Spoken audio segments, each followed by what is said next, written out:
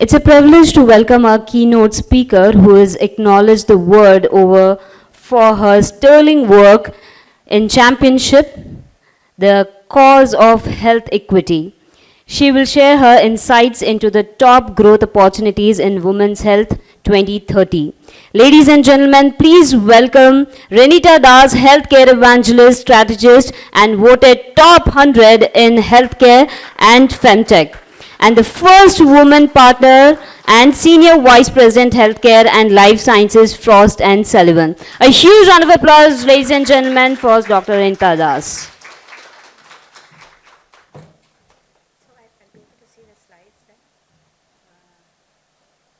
Collab function, excuse me, for doing such a great job of putting this together. It is my mission really to put India on the map for women's health, because where in the world do we have the largest population of women except in India? So some of the work that I do is really looking at the future of healthcare, and we have a women's health program at Frost and Sullivan that we call Empower Her.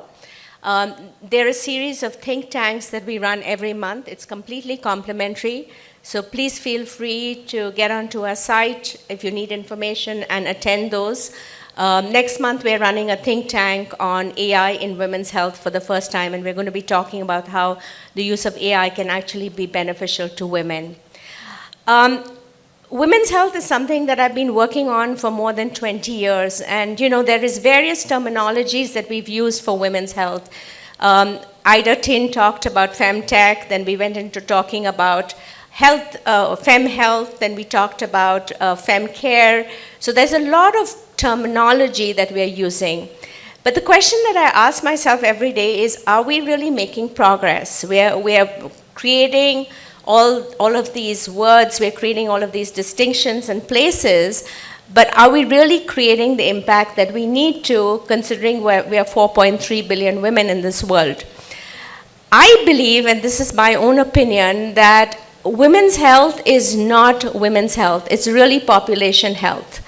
And if we start moving away from talking about femtech and fem health and women's health, and more talk about it from a population point of view, I think the impact to investors, especially male investors, the impact to the community will be greater. I'm not saying that to devalue women's health, but I'm just saying that at the end of the day, we are a population. We're not just a group of people coming together. And if we start positioning ourselves as population health and talk about it more in terms of 1 in 5 persons suffer from autoimmune disease, and 1 in 5 is being women, or 1 in 3 persons suffer from cardiovascular, and 1 in 3 women being women, the dialogue and discussion will be very different. So now I'm kind of changing the roadmap of what I really see in women's health, and I bring it up here to you because it'll give you a chance to actually think about it from a population perspective. So today what I will talk about is really 3 or 4 big things. I'll talk about what does the world look like in 2030 for women? I mean, what is the world going to look like? We did a study recently which looked at 180 countries of the world that we call the developing world. So I'll give you a little bit of a snapshot of what that world will look like. Then I'll talk about my 3 big growth opportunities. And as you can see from this list, none of this is really centered on women. But women are a real big part of these growth opportunities, simply because the nature of the symptoms, the nature of the disease, and the nature of how it's managed needs to be personalized to us. So I'll talk about that. I don't think there's any conference to date that has talked about these 3 issues as a keynote. So I'm really bringing this up for us to think about women's health moving out of reproduction and infertility and into mainstream, which goes with my idea of population health. So what is very interesting is that the question that I ask myself a lot is that, are we really focusing on the right markets for women's health? Because the reality is that if we look at the world in 2030, 84% of women are going to come from the developing world, from these 183 countries that I talked about. So the reality is that we have a huge potential opportunity to build products, to commercialize products, and eventually help these women in their symptoms and prevention than any other part of the world. But if you look at where the product development is today, where the solutions are, it's all in the developed world. Oh, you're not, sorry. Okay, sure. Is that better?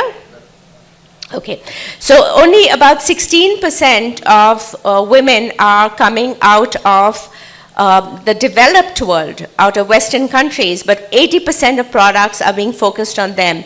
And so because of that reason, I always talk about the huge vacuum that exists in this part of the world. So what does 3.6 billion women look like in 2030? What are these women going to look like? So we're having differences of many kinds of women in this age group. We're looking at roughly 2 to 3 billion women who are in the young reproductive age. We're also looking, I'm going to come this side because it might be better, because from that angle I'm not able to see the slides. Can you see me? It's not clear. Can you focus it a little bit? Yeah, now it's much better. So we're having 1 billion women from developed markets that are coming from 25 to 45, which is the reproductive age category. These are women who are formidable consumers. They are high users of social media. These are young women. It's very interesting to see that 240 women of them are in the reproductive age in India. That's a huge sizable population. 250 million are going to be in the reproductive age in this country. And 49 million women are going to be having a need for contraceptive. So this is again an unmet need. But we also see there's a huge delay in childbirth. There's more issues with hysterectomies. There's more dealing with having IVF simply because of the delay in marriage and the delay in having children.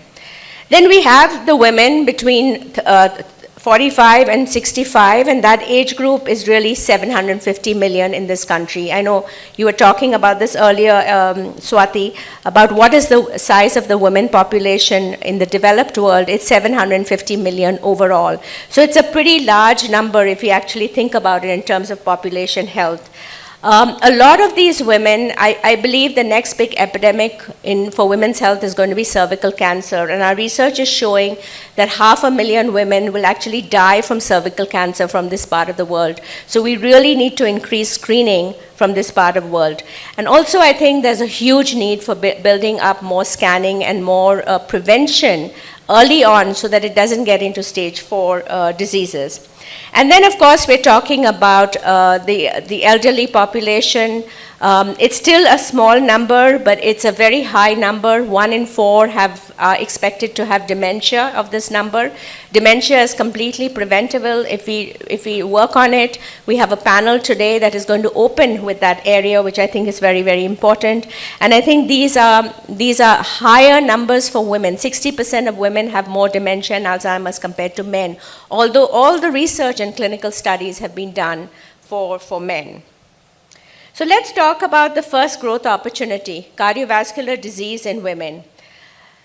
It's still a man's issue. It's still, you go into any doctor's office, you go into hospitals, you go into talking about it in social gatherings, it's still perceived, cardiovascular disease is still perceived as a male disease. It's not perceived as a woman's disease.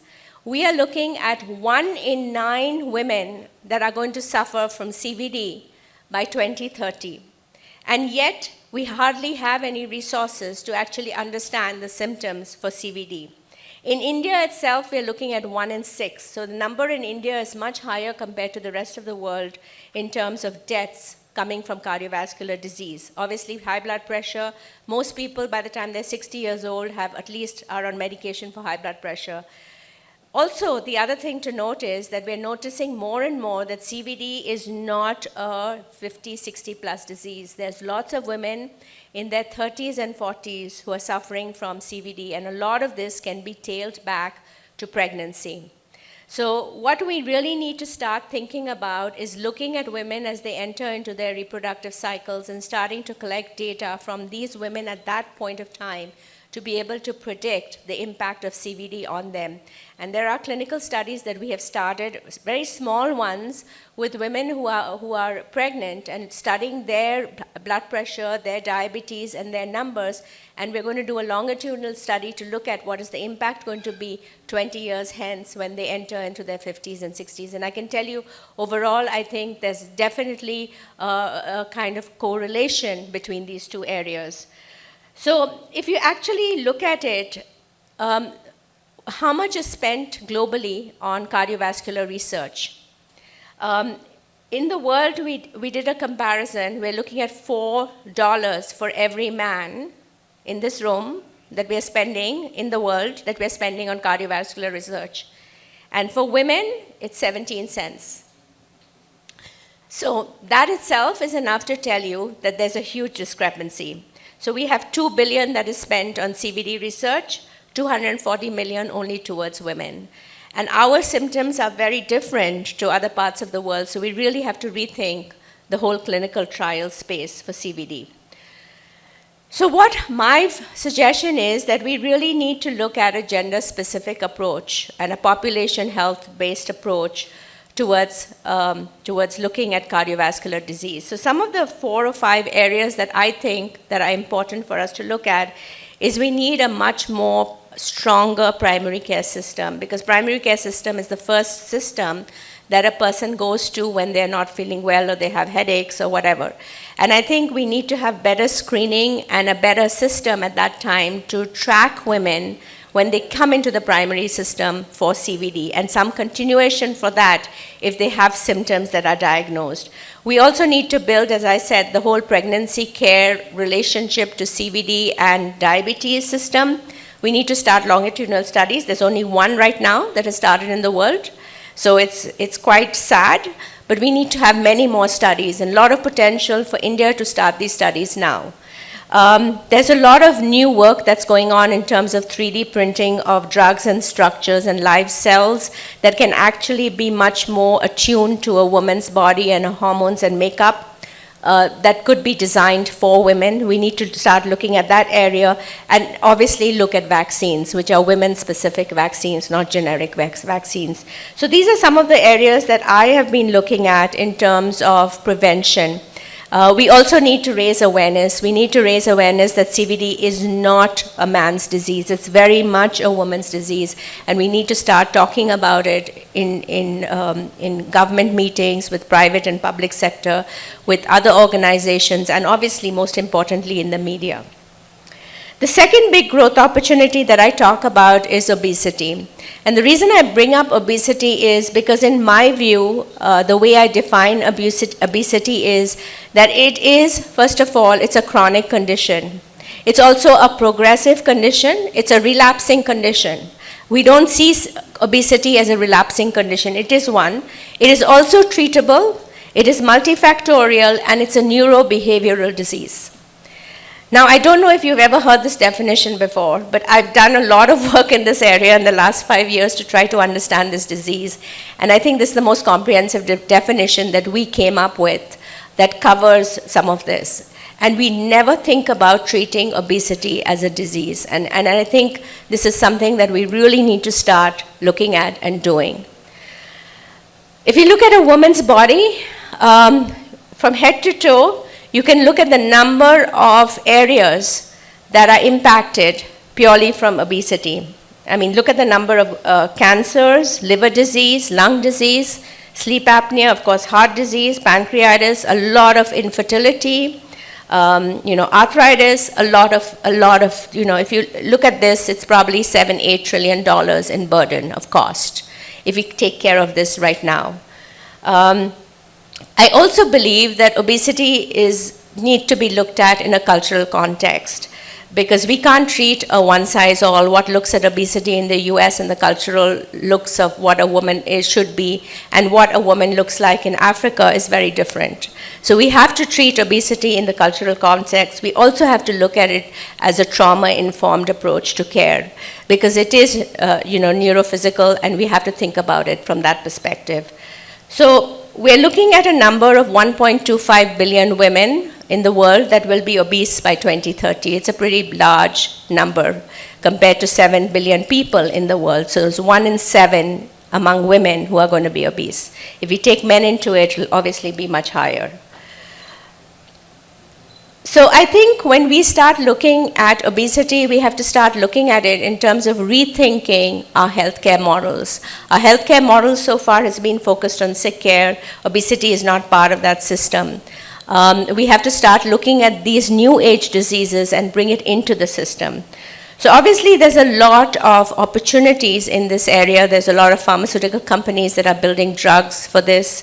There's surgeries for it. There's gene therapy. But I think two things that we can do straight away is that employers need to get much more actively involved in the wellness of their employees. And I do believe that it can be very, very important that employers start taking a stand on helping their employees have better health and fitness. So I think a big market segment is companies today, whether they're government organizations or private organizations. And I think the other thing that I think about is the whole aspect of healthy eating and what are we teaching our young next generation. I mean, the world is going towards foods that are highly toxic, and India as a country was never based on that. So we are adopting a lot of Western food habits, but yet on the other hand, they're not good for us. So we have to go back to the basics of what we had, which was homegrown, farm to table, basic foods and vegetables, and start inculcating that rather than the ready to fast make foods that we've gone into even in India.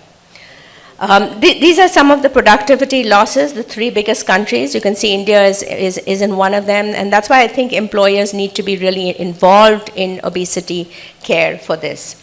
The third area that I will talk about is obviously mental health. We have 2 sessions on this today, so I'm not going to spend too much of time, but it's basically contributing to a burden of $16 trillion globally, and 2/3 of that can be attributed to women.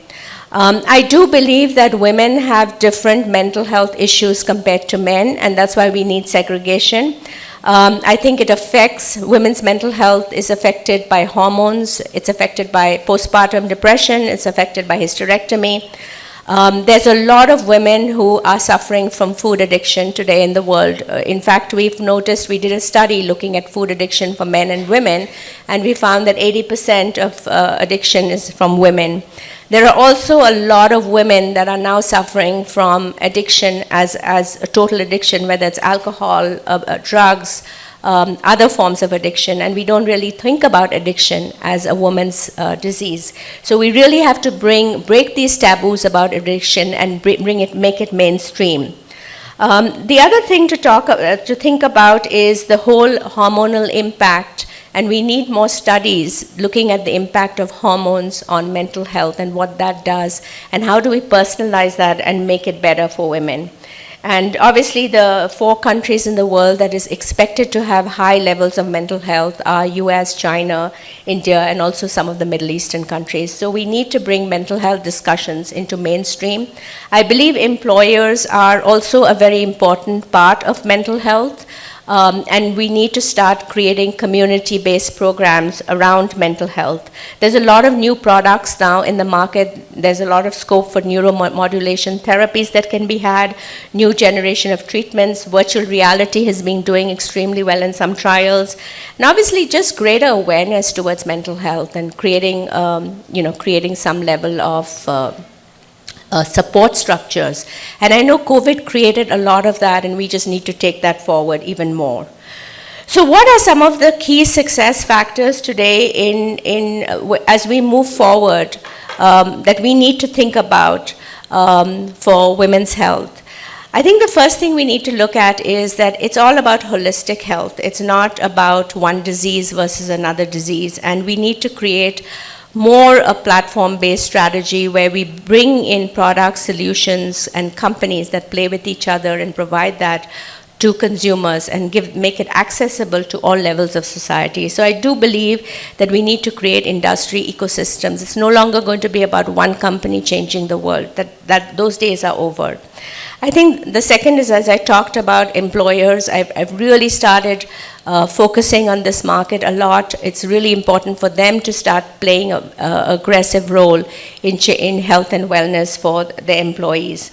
The area that I'm working right now in is in the area of precision health, because eventually we have to get to a point where we're using data to be able to tell us what's going to happen to us, how it's going to happen, the impact of that. And it's all about personalization, prediction, and prevention. So I do believe digital twins that can be used, that could be a digital twin for me versus what could it be for you, could be one answer. And there are companies now that are actually working on digital twins in that respect.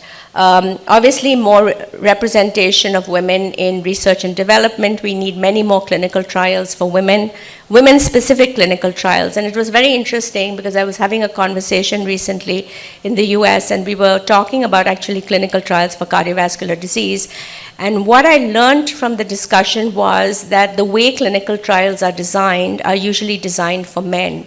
So the symptoms that are chosen to recruit a trial patient into the trial, all symptoms that are actually male used. And because women have different symptoms, they don't get accepted into the trial. So the very fact of designing a trial needs to be gender specific. I think it's very important that we start looking at gender specific trials, because what we would accept as normal as symptoms for accepting women into the trial, it won't be the same for men. And as a result, when they're running the results for these trials, it's based on symptoms that women don't even have. So what is the use of having drugs when we're not even having those symptoms that are being given for curing the disease? So in a way, it's actually a waste of a lot of money and time, and we need to start having that discussion openly about why is it that the symptoms that are used for trials are largely driven by male-driven symptoms. So I bring that up specifically because it was also a learning to me. I think the influencer economy is a very important part of the market, but there's also a lot of misinformation that is coming out of the influencer economy, and I recently learned about some of that coming out of TikTok, specifically for cardiovascular disease, also for breast care from TikTok videos.